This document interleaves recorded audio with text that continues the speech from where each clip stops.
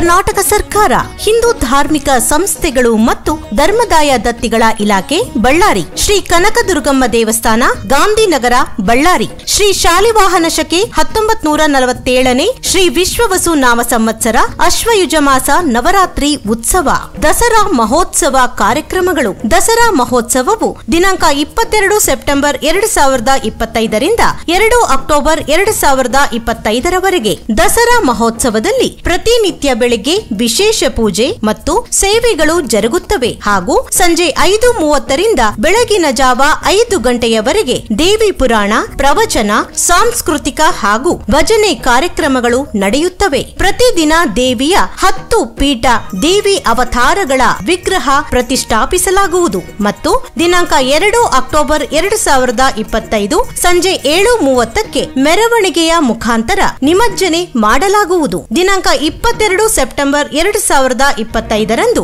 ಸಂಜೆ 6 ಗಂಟೆಗೆ ಪಲ್ಲಕ್ಕಿ ಉತ್ಸವ ನಿತ್ಯ ಮಾಡಲಾಗುವುದು. 6:30ಕ್ಕೆ ಲಂಕಾ ದಹನ, ರಾವಣ ದಹನ, ಪಟಾಕಿ ಸುಡುವುದು. ಬನ್ನಿ, ಸಮಸ್ತ ಭಕ್ತಾದಿಗಳು ದಸರಾ ಮಹೋತ್ಸವದಲ್ಲಿ ಪಾಲ್ಗೊಂಡು ದೇವಿಯವರ ಕೃಪೆಗೆ ಪಾತ್ರರಾಗಬೇಕಾಗಿ ವಿನಂತಿ. ಸ್ವಾಗತ ಕೋರುವವರು ನಾರಾ ಭರತ್ ರೆಡ್ಡಿ, ಶಾಸಕರು, ಬಳ್ಳಾರಿ ನಗರ ವಿಧಾನಸಭಾ ಕ್ಷೇತ್ರ, ನಾಗೇಂದ್ರ ಪ್ರಸಾದ್ ಕೆ, ಭಾರತೀಯ ಆಡಳಿತ ಸೇವೆ, ಮಾನ್ಯ ಜಿಲ್ಲಾಧಿಕಾರಿಗಳು ಬಳ್ಳಾರಿ ಎಚ್ ಸವಿತಾ, ಸಹಾಯಕ ಆಯುಕ್ತರು, ಹಿಂದೂ ಧಾರ್ಮಿಕ ದತ್ತಿಗಳು ಮತ್ತು ಧರ್ಮದಾಯ ದತ್ತಿಗಳ ಇಲಾಖೆ ಬಳ್ಳಾರಿ ಹನುಮಂತಪ್ಪ, ಕಾರ್ಯನಿರ್ವಾಹಕ ಅಧಿಕಾರಿಗಳು, ಶ್ರೀ ಕನಕದುರ್ಗಮ್ಮ ದೇವಸ್ಥಾನ ಬಳ್ಳಾರಿ.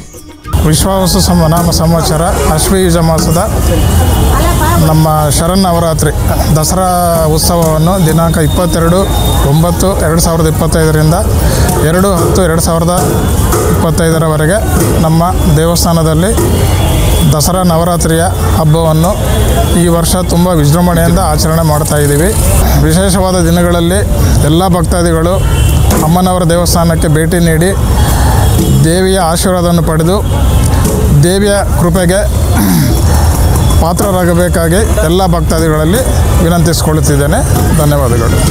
ಬಳ್ಳಾರಿ ನಗರದ ಆರಾಧ್ಯ ದೇವವಾದ ಶ್ರೀ ಬಳ್ಳಾರಿ ಕನಕದುರ್ಗಮ್ಮ ದೇವಸ್ಥಾನದ 2025ನೇ ಸಾಲಿನ ಬಳ್ಳಾರಿ ದಸರಾ ಮಹೋತ್ಸವ ಅಂಗವಾಗಿ ಈ ದಿನ ನಮ್ಮದು ದಸರಾ ಬಳ್ಳಾರಿ ದಸರಾ ಮಹೋತ್ಸವ ಕನಕದುರ್ಗಮ್ಮ ದಸರಾ ಮಹೋತ್ಸವವು ದಿನಾಂಕ 22/9/2025ರಿಂದ 2/10/2025 ಜರುಗಲಿದೆ. ಈ ಒಂದು ದಸರಾ ಮಹೋತ್ಸವ ಅಂಗವಾಗಿ ದೇವಸ್ಥಾನಕ್ಕೆ ಬರುವಂಥ ಎಲ್ಲ ಭಕ್ತಾದಿಗಳಿಗೆ ನೆರಳಿನ ವ್ಯವಸ್ಥೆ, ಕುಡಿನೀರಿನ ವ್ಯವಸ್ಥೆ, ದೀಪ ಹಚ್ಚುವ ವ್ಯವಸ್ಥೆ ಹಾಗೂ ಎಲ್ಲ ಸಾಂಸ್ಕೃತಿಕ ವೇದಿಕೆ ಮತ್ತು ಭಜನೆ ಕಾರ್ಯಕ್ರಮ ವೇದಿಕೆ ಹಾಗೂ ಬರುವಂಥ ಭಕ್ತರಿಗೆ ಲಲಿತ ಸಹಸ್ರ ವೇದಿಕೆಯನ್ನು ವ್ಯವಸ್ಥೆ ಮಾಡಲಾಗಿರುತ್ತದೆ. ಅದರ ಜೊತೆಗೆ ಬೆಳಗ್ಗೆ, ಮಧ್ಯಾಹ್ನ ಮತ್ತು ರಾತ್ರಿ, ಬೆಳಗ್ಗೆ ಟಿಫಿನು, ಮಧ್ಯಾಹ್ನ ದಾಸೋಹ ಮತ್ತು ರಾತ್ರಿ ದಾಸೋಹ ವ್ಯವಸ್ಥೆಯೂ ಬರುವಂಥ ಭಕ್ತಾದಿಗಳು ವ್ಯವಸ್ಥೆ ಮಾಡಲಾಗಿರುತ್ತದೆ. ಈ ಒಂದು ಎಲ್ಲ ವ್ಯವಸ್ಥೆಯನ್ನು ಪಡೆದು ಈ ಒಂದು ದೇವಿಯ ದೇವಸ್ಥಾನ ಬಂದು ಆಶೀರ್ವಾದ ಪಡಿಬೇಕಂತೇಳಿ